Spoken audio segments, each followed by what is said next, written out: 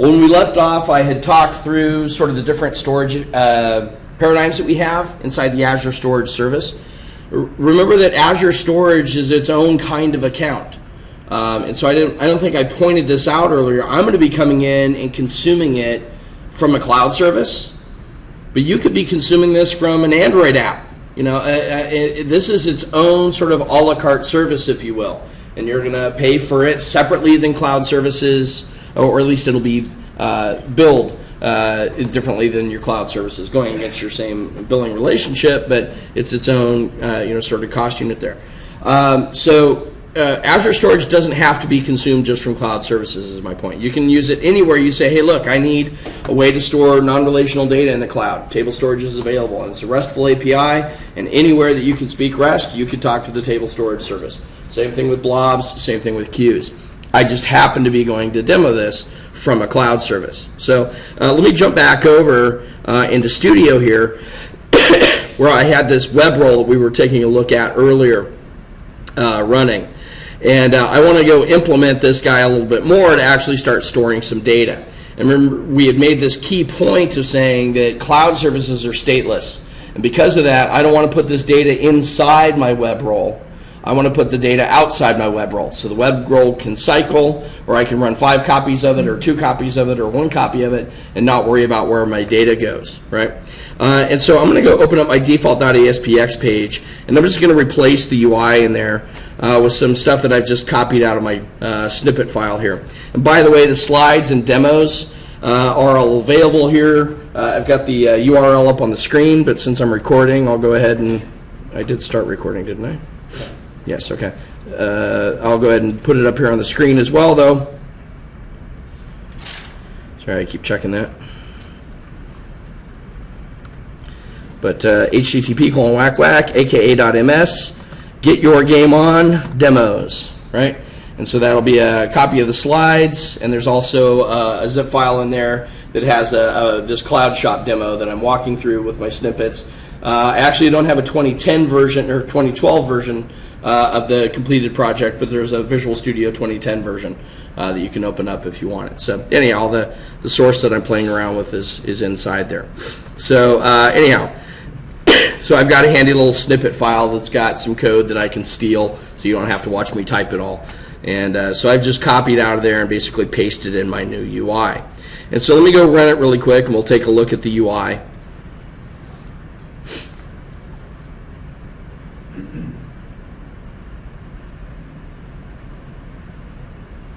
So it's going to spin up my storage and compute emulators here for me, deploy the web roll into them.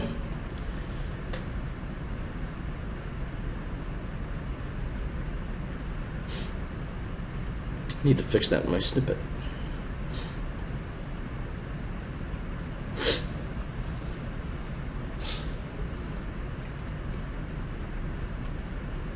All right, so this is my extremely high-end web storefront here. Please don't steal this code and go build your own store on this. I know how attractive it is. But basically, I've got a place where you can type in the product you want to order. I've got a place where you can type how many of them, you even get to tell me how much you're going to pay for them. This is great, right? And when you place your order, the question is, where's that order going to go, right? So I could have my web role go process it itself. Maybe stick it into an Azure database or a SQL database or something like that, or it could go check inventory and do the credit card processing, or I don't know, whatever. For me, what I want to do, though, is I want to let my web front end just take in orders, but not deal with processing them. And so what I want to have this guy do is basically generate all the metadata about the order, and then just drop that somewhere that some other service can come pick up and process the order for me. And so Azure Storage Queues are a great way to do that. I can basically just build a message that has all the order information that I need, and then I drop that message into a queue, and I let somebody else come deal with processing that. And that means that my web role is now ready to go back and respond to the user again and sort of continue working with them. I don't have to wait for this long background processing to happen. So when I place an order, we're going to generate a message and drop it in a queue. There's also actually a grid view down here. You just don't see it because there's no data in it yet. But I'm going to have my worker role on the back end we'll add a worker role into our solution that's going to go read messages out of the queue, do some processing on them. In my case, the processing is going to be pretty lame. We'll just add the date that they got processed on, and then take that order information and save it into table storage. Say, here's our orders. And so I want this grid here to be able to go query the table storage and show me my orders that are out there, right?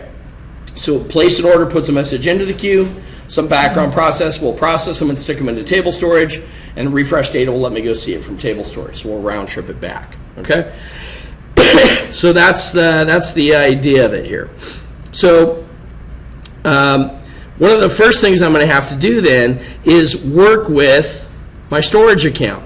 So remember, we were talking about storage accounts earlier.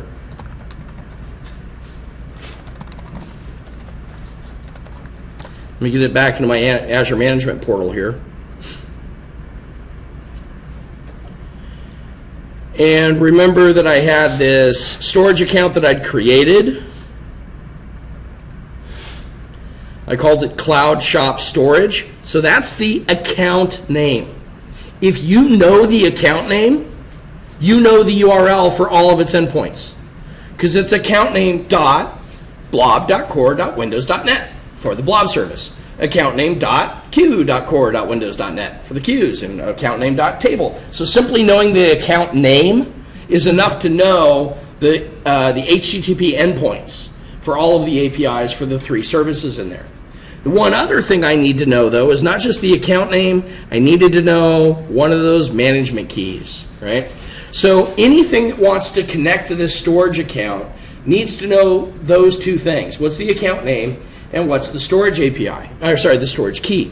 So think of that as kind of like, that's my connection string, right? In order to talk to storage services, I need the account name and the key. Kind of like if I were to connect to a SQL database, I need to know the server name and the password, right? And so the way that we traditionally connect from client applications to databases is using maybe an API like ODBC or OLADB or something like that. And the APIs that we use require these connection strings. And we're going to have the same sort of idea with our storage accounts. It's just the connection string has different information in it than a traditional database connection string would be.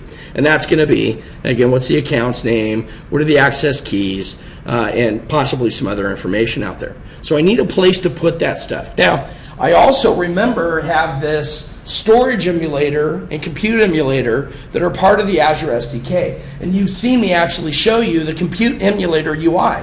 When I deployed that web role locally on my development box, I'm able to do that without actually having to push it up into Azure, because I have this compute emulator down here that emulates the Azure environment for me. Well, I also have a storage emulator.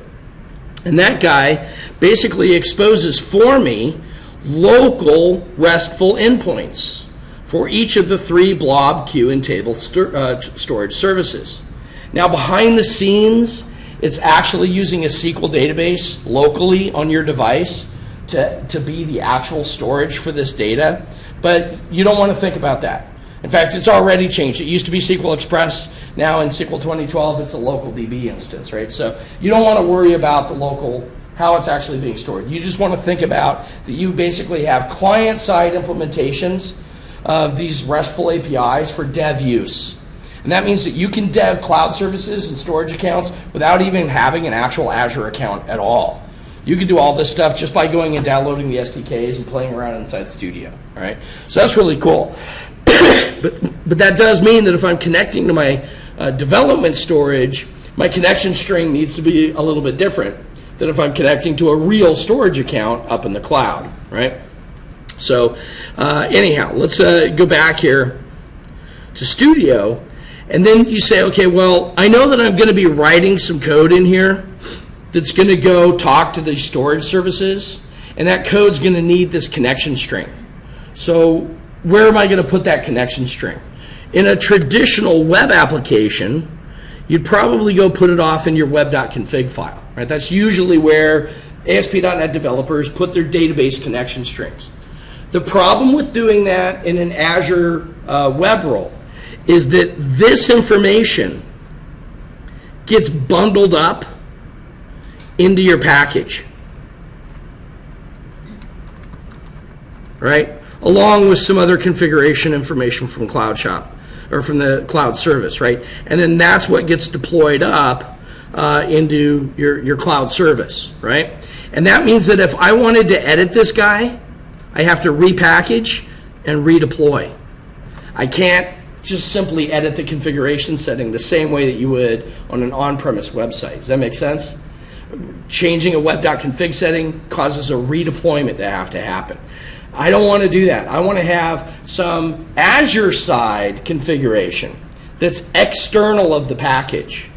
And there is actually another configuration file here, and it's these guys. These CSCFG files are Azure side configuration files that are external to your package. And you can edit those live at runtime up in Azure without having to redeploy the service. And so that means that it's really inside these CSCFG files, these cloud service configuration files, that I want to put anything that I might have to change at runtime. Okay? You'll notice I have two of them. There's a cloud, so service configuration.cloud and service configuration.local. The reason why is because I'm in Visual Studio and sometimes I'm debugging locally, but then other times I'm actually publishing up into the cloud. And I might want to have a different connection string. For example, when I'm local, maybe I want to point to dev storage. But when I deploy to the cloud, I want to point to my real storage account. So I need to have a different version of that connection string, depending on the environment that I'm running in. Make sense?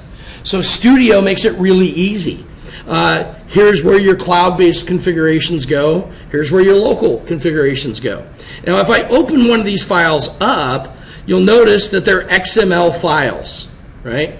They follow a schema that's published. It's well documented. And if you want to type the XML by hand, by all means, go for it, all right? But the problem with XML is it's very picky about the syntax, as well as even case and all that kind of stuff. So it's really easy if you're not being very vigilant to make typos inside these. So again, Studio is here to help you, right? And so rather than making you type the XML yourself, I get this nice little property here that represents my web roles configuration down here, right? So I can just double click on this guy and it gives me a nice visual editor.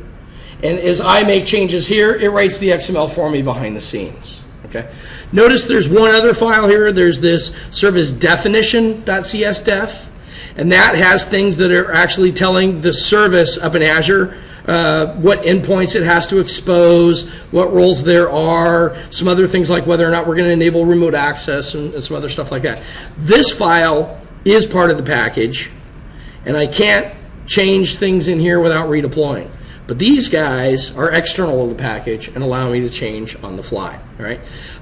Back over here then, notice that I've got a bunch of different things that I can set, like how many instances do I want, what VM size should they be on, some other stuff like that. But settings is going to be where I want to set the various settings about my app that I might want to be able to change at runtime. Now, because I've already deployed this once, and remember I'd set up remote access when I deployed it earlier, Visual Studio has already added in a bunch of settings for me. Those are there because I've done a deployment and all that. I want to add my own one in. I need one that's going to be my data connection string. So I'm going to call it data connection string. I don't know. If you don't like that name, call it Bozo. It's just a name. You just need to know what it is, and you need to know why you want to refer to it, right? But since it's going to be the connection string I use to get to my data, oops, sorry, I'll call it data connection string. That works. Now, all configuration settings are strings. But Visual Studio knows that sometimes your string is a storage account connection string. And it'll help you build a nicely formatted storage account connection string. And if you want that help, you don't have to use it, but if you want the help, you can say, actually, this is specifically a storage account connection string. And when you do that, you get this nice little ellipsis button over here on the right-hand side. And when you click on that, this will help you build a valid storage account connection string. And I can say, you know what, I want to go point to an actual account. Remember my storage account name was Cloud Shop Storage. or something like that. And then I had to have the key. Remember the key I had to have? So we'll go copy that guy to the clipboard, and I'll go paste that key in. Boom, there's the key. We talked about encryption earlier. Notice that I can choose to use HTTPS, that's the default, or if I don't care about it, if it's public data and I want to lighten my workload, I can go back to HTTP. You can, in fact, also specify custom endpoints. If you don't want to use those standard URLs, you can build different ones. I mean, you got to have a good reason to want to go to that effort. I'm not going to mess with that. I'm going to go just say use the standard ones, account name dot service dot core dot windows dot net, whatever it is. And there it is. There's the connection string that I would use to go point to my real storage account up in Azure. Okay? And that would really work. I don't want to do that right now, though. I want to use that local development emulator. And so there's this nice little radio button up here that says, oh, you just want to use your storage emulator for dev use? And notice my connection string is really simple. Use development string equal true. So I could have typed that in myself. I mean, that's not that hard. But this way I know I'm getting it right. Right? So I can pick that and say, okay, and it creates the string for you. Okay? Does that make sense? All right, so I've got my nice little connection string in there. And now, anywhere inside my web role, I can refer to the configuration API and say, go get that setting for me and read its value. And that'll pull me back the connection string. Now, notice right now, I'm doing that for all configurations. I could say, you know what, let's have cloud be different. And let's have local be different. Right now, they're both the same. So when it's on all configurations, it writes the same setting to both files. If you want to have cloud or local be different than the other one, then you can pick that specific configuration. So I'll go ahead and save up here. And let me go back and look at the CSCFG file. We'll close it and open it up again here. And notice now there's a new setting. Data connection string, right there it is, the one that I just built. Cool? So it just wrote that for me. And again, if you wanted to type the XML, you could have gone in there and just typed it. But here, the nice graphical UI wrote it for me. All right. Pardon me. Cool. So I've got that guy. But now I need to be able to read that from my web role while it's running. And it's possible that it could change while it was running as well. And so my storage account API needs to know if the setting changes during the runtime, it has to go reread that setting so it can do it. And so there's this thing called the configuration settings publisher that I have to go wire up. So I'm going to steal some code here and we'll go drop it in to my global ASAX here.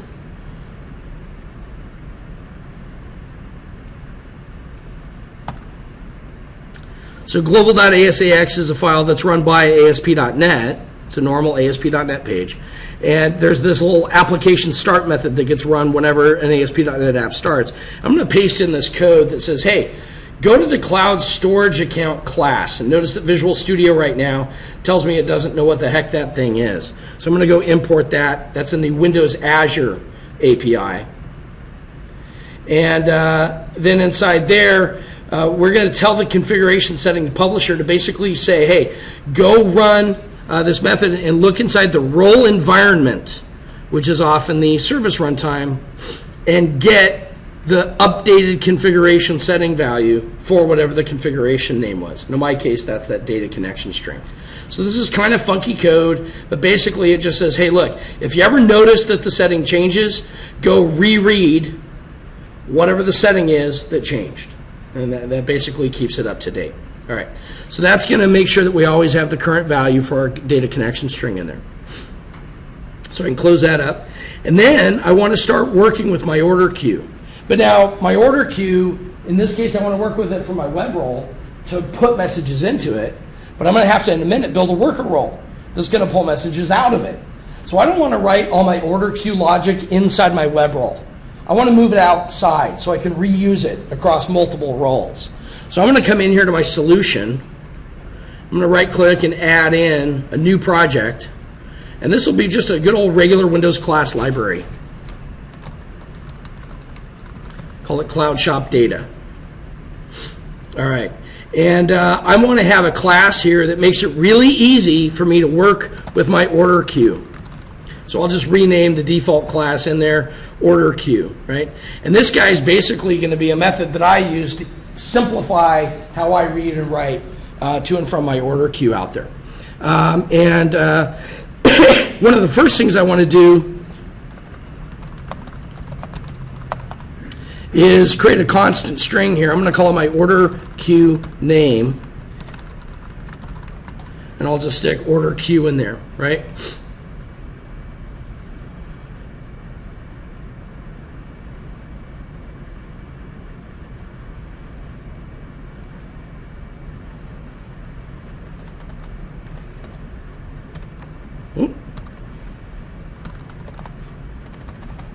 Sorry, had that backwards.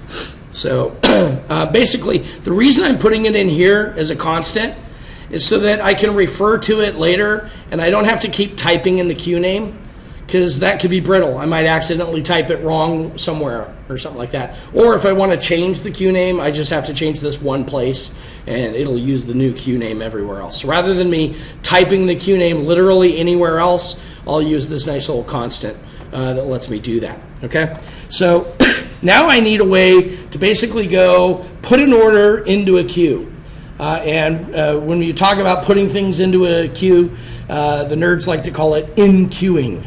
Right? So I want to go in-queue this guy. And I'm going to have a public method, but I'm going to have it be static. And that means that this method's just available through the type itself. I don't have to go create an instance. As long as I have a reference to this class, I can call this method. That's pretty cool, right? So I'm going to public static. It's going to return void. So I don't get anything back from this, but we'll call it in queue order, in queue order. All right, and if I look at my web page, I shut it down. Let's go back to Studio here.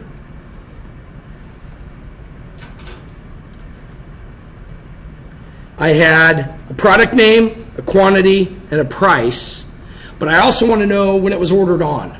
Right? So I'm going to take in some things here. Now, when you build your message, you get to put anything into your message you want.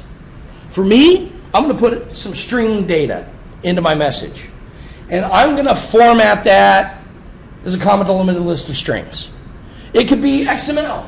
It could be JSON. It could be a letter to your mom. I don't know. You put anything in there that you want. It's your message. All right? It could also be binary data.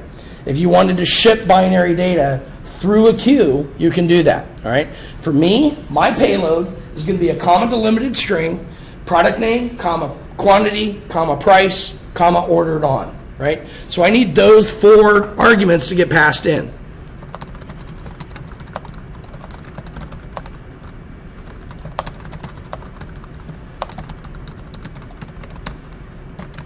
Okay.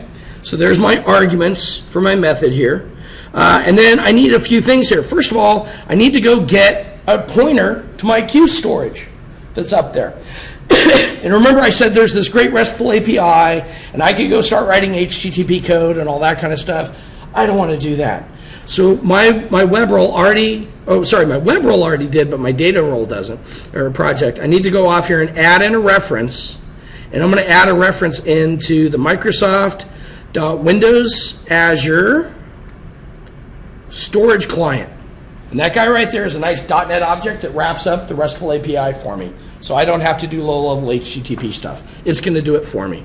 So I want to reference that. And I know when I come back and mess with tables that they also use, let me go to framework, system.data.services.client. And I'll explain that when we come back to it. All right. So anyhow, inside that storage client API is a cloud storage account class. And that's inside the Windows Azure namespace, so I'll import that. I'm going to create an instance of that guy just called account. Remember, my one account had all 3 services, tables, queues, and blobs. And I'm going to tell this guy to get a pointer up to my storage account by saying, hey, cloud storage account, go create a new instance from the configuration setting. And remember my data connection string?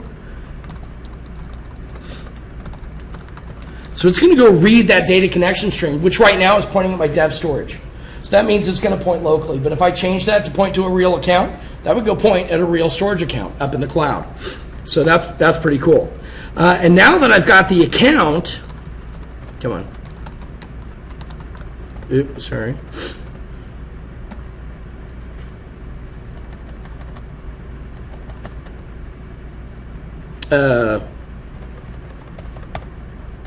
I'm not seeing it the way I want it here.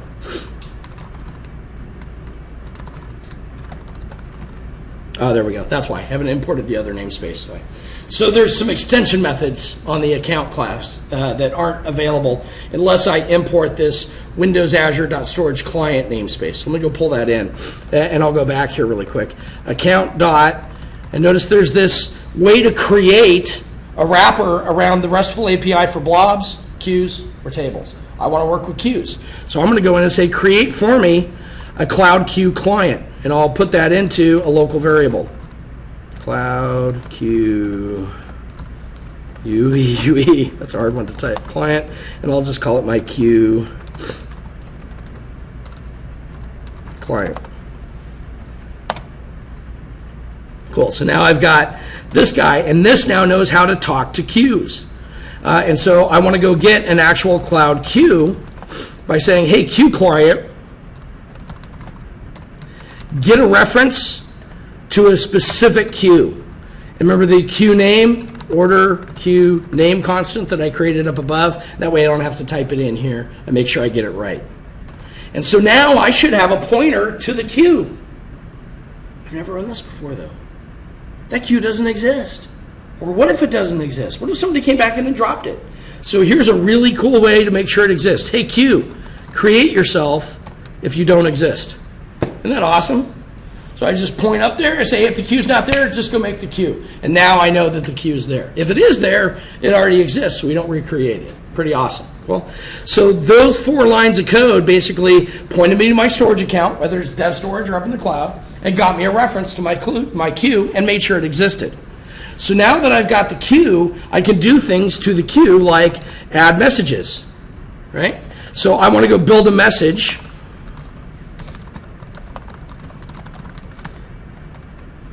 And remember I said my message was going to be a common to limited string, a product name, quantity, price, and ordered on. So that's going to be the message I pass along, and I'll just send in the arguments that my method got. Product name, quantity, price, and ordered on. Oops. Fat fingers. Cool. So there's my payload. Now I need to create an actual queue message, cloud queue message, and have that be a new cloud queue message. And remember I said your message payload could be binary data. I could send in a byte array if I wanted to, or it can be string data. And I'm going to send string in. So that's going to be the one I want. I'm going to just send in my string message, and there it is. So there's my message. And then finally, I'm going to say, hey, queue, add the message, which is my queue message. There we go. Bingo. All right, so if you look at all that code, these 4 lines of code were about pointing to the queue, and then these 3 lines of code were about actually using the queue, building the message and dropping the message into the queue. Well, if these are all how I point to the queue, I'm going to have to do that again when I go to dequeue a message or when I go to delete a message.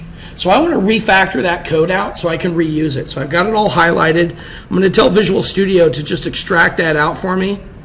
Didn't hear me there. Try that again. Into a new method. Why are you burping on me here? Let's try it this way. Extract method. All right, that was weird. But I'm going to just call it initialize queue. Initialize queue. That works. Cool. So it moved that all off into its own method and then simply calls that method to get my queue back here. Pretty cool. So now I have a handy way to just get a reference to my queue. So it's that easy to drop a message into a queue. Get a reference to the queue, build your message, turn it into a queue message, and drop it into the queue. Deleting it, dequeuing a message. So let's go, all right, private, static, but this guy's actually going to return a cloud queue message back to the caller. And I'll call it dequeue order. And what I need to do is go get my cloud queue by calling my handy little initialize queue method. That'll give me a pointer back to my queue. And I can say, hey, queue, go get the next message. And simply return it back to the caller. Done. It's that simple. Now I have a real handy method that just popped a message off the queue. Really cool. And then I need one more here to delete a message. Because when I'm done processing it, I better make sure that I delete it, or the lease is eventually going to expire, and the next reader is going to be able to pick that queue message up, right? So I want to make sure to delete it when I'm done, but this will return void, and it's going to be delete order. Actually, yeah, I think I'm supposed to call it delete message.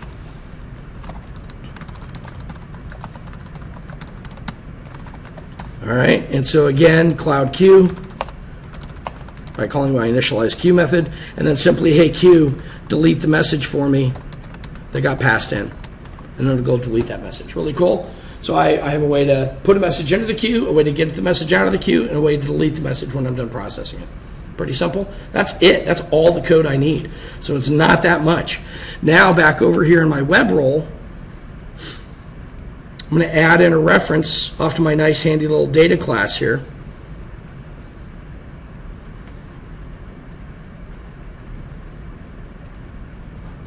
And in my code then, behind the scenes,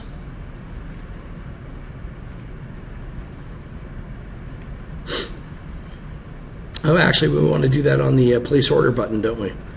When we go in and click on the submit button link, I need to go in and get, the string for the product name and the quantity and the price out of those text boxes.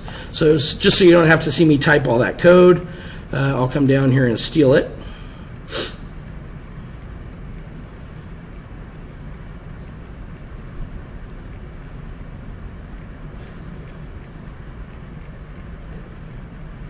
There you go. So we'll go get the product name, quantity, and price, and then I'll generate the ordered on just by grabbing the current date and time out of the clock, right? So I've got that, and now all I have to do is say, hey, order queue class, go and queue the order for me. And here's the product name, and here's the quantity, and here's the price. And here's the ordered on. And that's it. That's all I have to do on my client side doing queue a message. Isn't that awesome? Right? And now, right now it's going to dev storage, but simply changing that data connection string and it's pointing at the cloud. Right?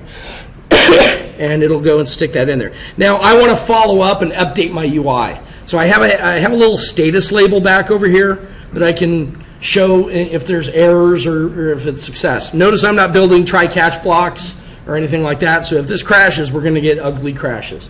If it works, it's all going to be pretty here. So I'm just going to follow up down here and stick some UI maintenance code in. And this is simply going to go update my status label, turn it green, and that's off in another namespace, the system drawing namespace. I'll pull that in. And then set the text that says, great, we successfully processed the order with those values. And then it clears out my text boxes for me so I can type another order in. Pretty cool? That's it. So we can run this then, as long as I didn't mess anything else up.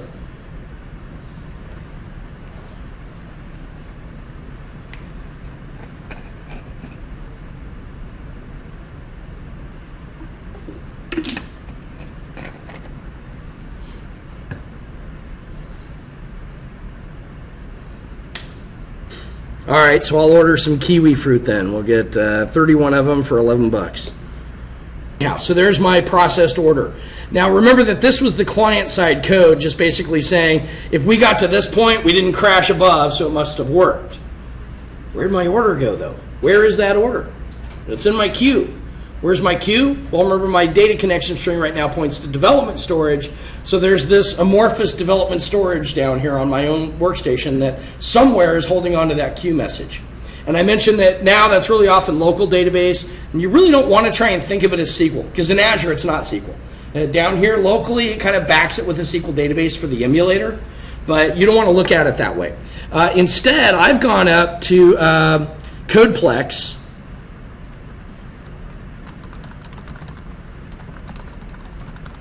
and downloaded this project called Azure Storage Explorer, created for you for free by our friends over at New Desic. And so you can go download that and install it. It's a free tool, and it gives you a nice handy way. It's a pretty lightweight but very functional Storage Explorer tool. All right, so I've got that guy already installed. Back over here, I'll just go run my Azure Storage Explorer, not to be confused with Dora the Explorer. But and you can set up multiple storage accounts. Right, and let me go ahead and pick this guy. I'm going to remove him just to show you how to recreate it. And when you add an account in, remember what you need is the account name and the management key. So that's what it's asking me for. But I'm going to say, you know what? Point it off at dev storage, and we'll just call it dev storage, and I'll add that storage account in, and now it's looking at my dev storage. But I could have put in my real one, right? I could have put in, what was it, cloud, shop, storage, and then gone and pasted in that management key for it, and it would point up to the cloud. All right, so here's my dev storage account, and I can go in here and look at the queues, and there's that order queue, and if I look in there, there's a message. And if I, right now, I just see queue metadata about it. Right? I don't see the actual message itself, but I can double click on it and go to the message tab, and there's my kiwi fruit. Pretty cool? So I know it's there, and it's going to sit in that queue forever until somebody comes and picks it up, or until I wipe out my local dev storage. Okay? So it's there in the queue, and it's ready for whenever I can get something to come around and pick messages up out of that queue. Right? And that's what, I don't see how you can have a better demo of loosely coupled, and that I've put a message into a queue, and the code that's going to process the message doesn't even exist yet. I mean, that's loosely coupled. So anyhow, that message is sitting there waiting to be processed. All right, so I'll try to keep that guy in. But so we're at least got our front end dropping messages into the queue. Let's go build a back end that can process the queue then.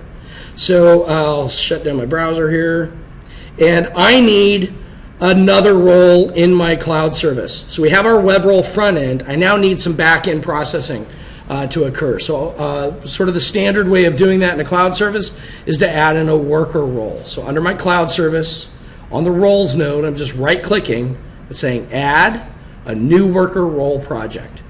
And it'll show me the different worker role project templates that I have. I'm going to pick just a plain old one, and I'll call it my cloud shop worker role. And if I look at that guy's project, you'll notice it's actually just about the exact same thing you would get for like a console app sort of thing, except that there's this worker role .cs. Remember that we have that role entry point called web role in our web role project. This one's called worker role, and it does implement run. It also has an on start, and on start has some settings that it sets in there. And this is going to be where I want to go in and paste code in to do the same configuration string read that we did in global.asax. So this is going to make sure that the worker role knows how to reread the data connection string if it changes. That means that I also have to give it a data connection string, because each service has its own settings. Data connection string. I'm going to go point it off at the same dev storage here. All right. So they're both pointing at the same storage account, and this is going to make sure to reread that. It's the exact same code that we saw before. Now, in my run right now, this is the whole point of a worker role. When a worker role starts up, the runtime calls this run method. And when the run method exits, the Azure runtime cycles the VM. So you don't want run to exit unless you want your worker role VM to bounce. You want run to run. And you want it to run until it shouldn't run anymore. Maybe because something bad happened and you want to cause a recycle or something, right? So you'll notice that the boilerplate code that's in there just has this while true. That's always true. So unless this code crashes, run never exits, right? It's just going to run forever. And all this thing does is sleep for 10 seconds and then report a line out using the trace mechanism. Remember my compute emulator had that diagnostics log? This is going to be where I can see that, okay? So we'll just trace out that we're working. And so what I really want to do in that case is process an order. right? I want to go get the next order out of the queue and go process it. Well, I don't have a method called process order right now. So I'm going to go steal one, and we'll talk through the code. So here it's actually process next order.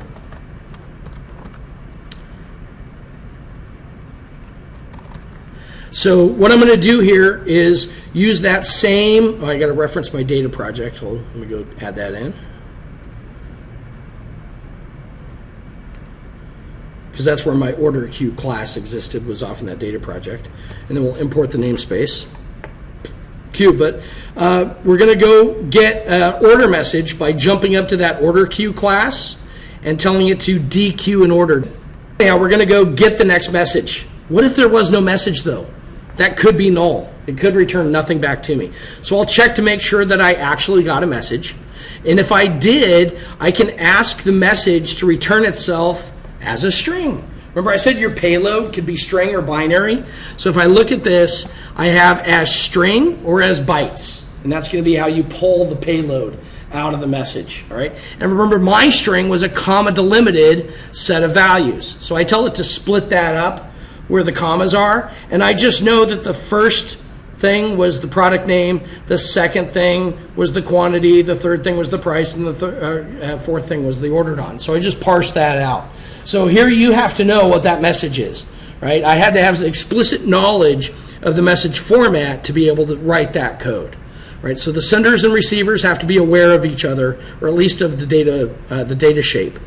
I'm going to tack on some new values though.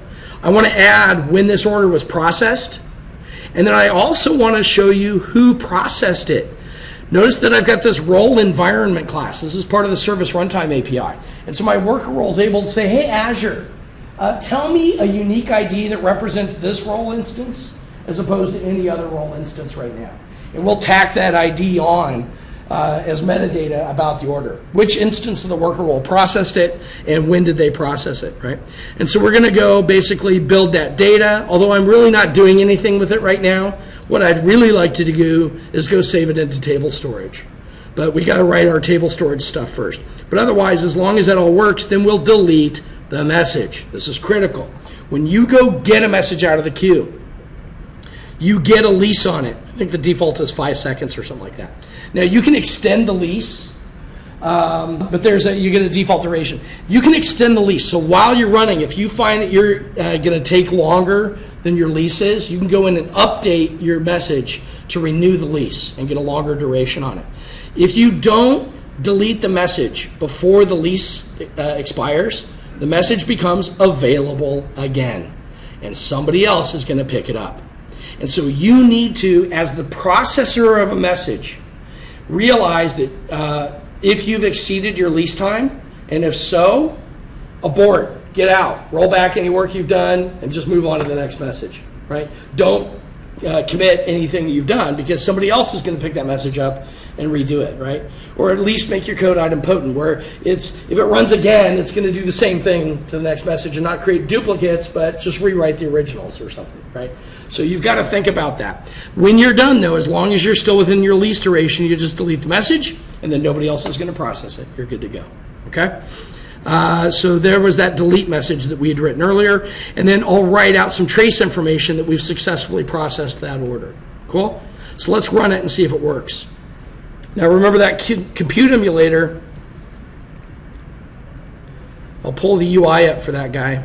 And notice now I have not only a web role, but also a worker role. And there's only one instance of it, but we can watch its diagnostics log here as it spins up. And those trace entries are going to write out to that diagnostics log. Oh, I never called it. I never called my method. Hold on, we got to stop this really quick. I didn't update my run method to call process next order. So we'll go do that really quick. I'll go update run here. So now inside that while loop, we'll say that we're looping, but then we'll make the call to process next order. And then I'm going to go ahead and sleep again for 5 seconds, only for demo purposes. There's no reason to have a worker role sitting there doing nothing for 5 seconds, right? Have it sleep for no time, and it'll just immediately loop. So it's picking messages up out of the queue as quick as possible. here I'm kind of building a 5-second delay in.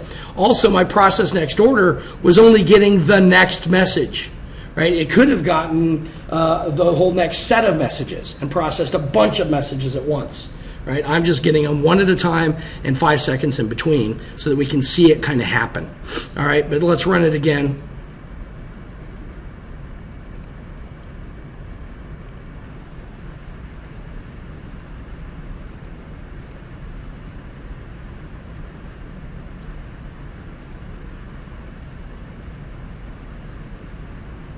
All right, starting up here.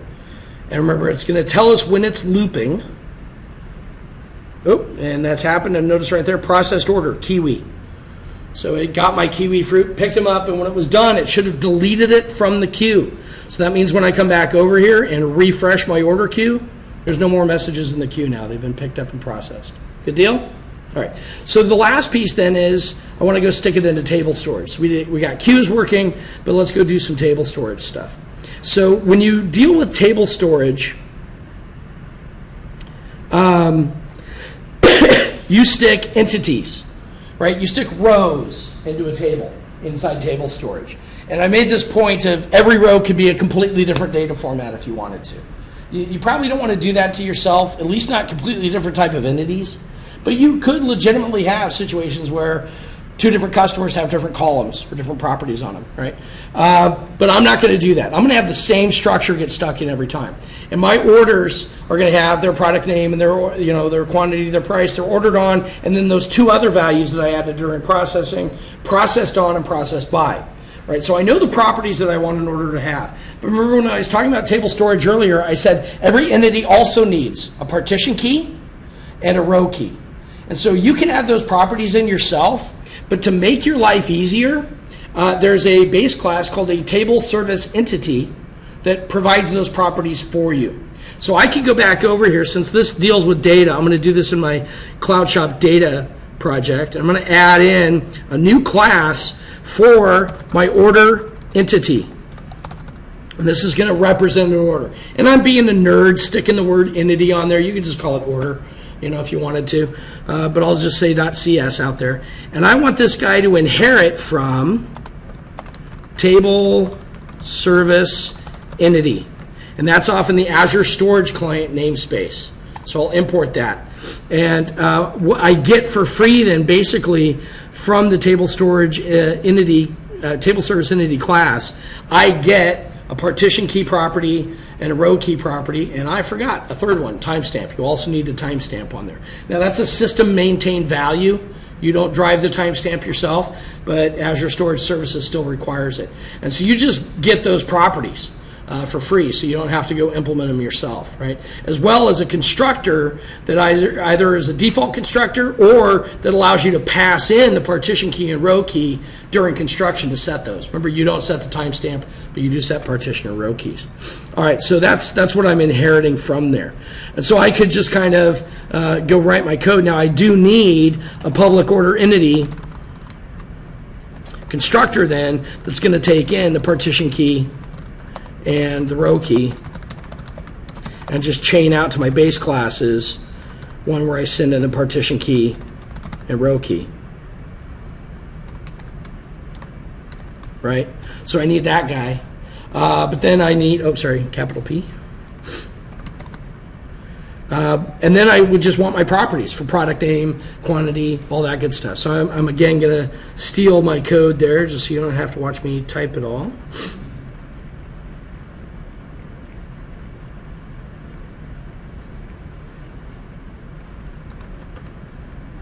Bingo, right? Just normal class. Pretty straightforward. Just using automatic properties even. Pretty simple? All right. So now I've got my order entity, and this is going to be the shape of an order. This is what I put in. This is also going to be what I get out of my table back here. And then similar to the way that we worked with my order queue, I want to have another method or another class to work with my order table. And just since we've kind of walked through it manually once, I'm going to just add in an existing code file that does this for me. Oops.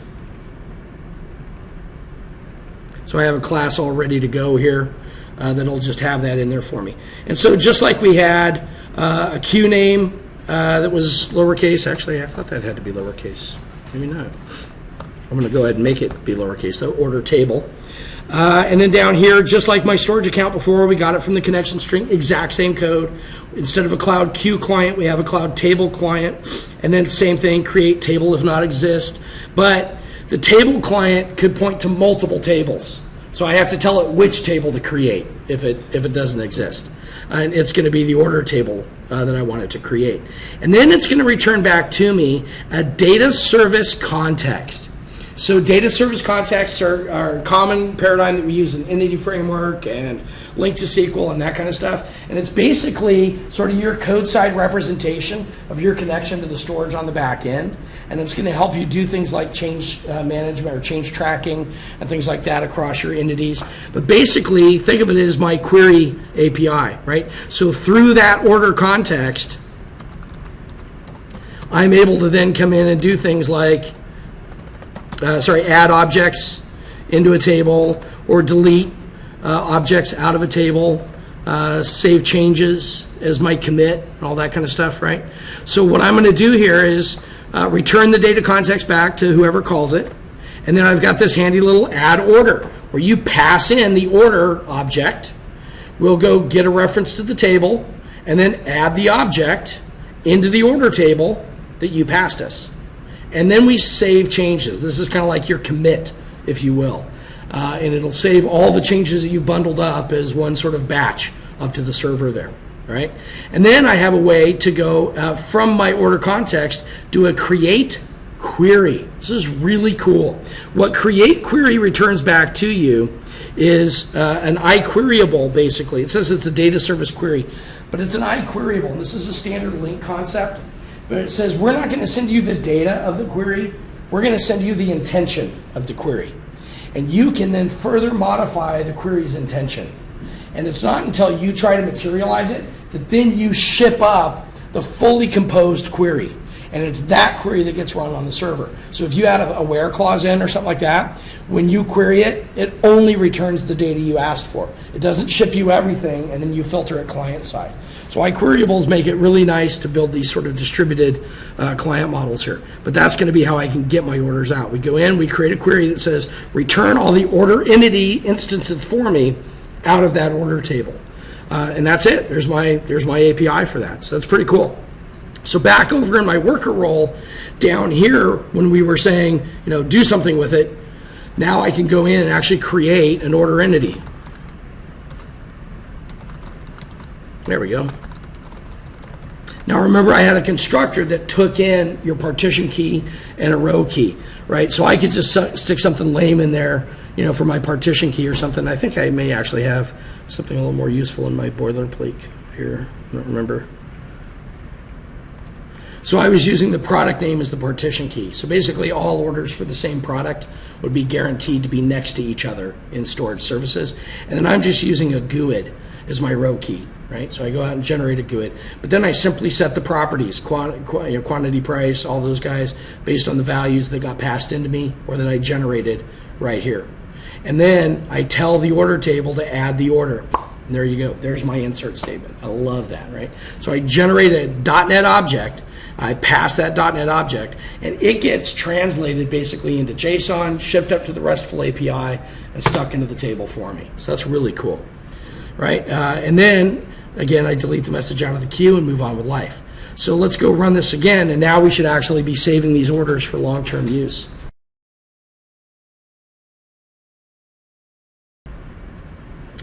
All right, so I had a little bit of a snafu on the recording there. My recording failed briefly. So really quick, we had left off, I've got the order table class created that supports inserting and querying data out of my order table up in table storage. And then I've got my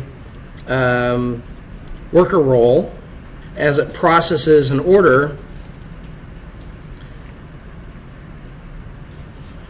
goes in and creates an instance of my order entity, passing in the partition key and the row key, populates the various properties for the order, and then simply uses my order table's add order method to basically insert that order entity. And at that point, the client API translates that into JSON, ships it up over the RESTful API, and gets it inserted into table storage for me. And then we delete the message out of the queue just like we were before and report back info on it. And then I've added in back over here in the web role on default.aspx a simple little method here. Let me go to view code called refresh data. And all refresh data is going to do is basically go to the order table class and call get orders. And that's going to easily retrieve all the data out of my order table back as a collection of order entities. And so I can take that result that we get back and bind it up to anything that can be bound to a collection. So here I have the orders grid that's back on the original page. We just set its data source to the data that comes back and tell it to bind up. And there you go. And then I've got a refresh button back over here on default.aspx. And I've wired up the click event handler on the refresh button so that when that gets clicked, it just calls the refresh data, and that'll cause the data grid to update.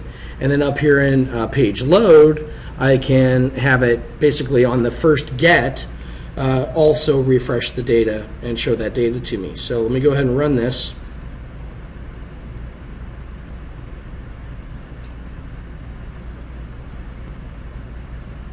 Don't blink, you might miss it. All right, and I should now down here see that I've got the data that I'd submitted into the queue showing up in my table down below. So we've fully round tripped. We started out placing an order, and up here it went into a queue. The background worker process or worker role processed it, stuck it into the table storage, and then the front end's able to query that data back and see it down below. So pretty cool.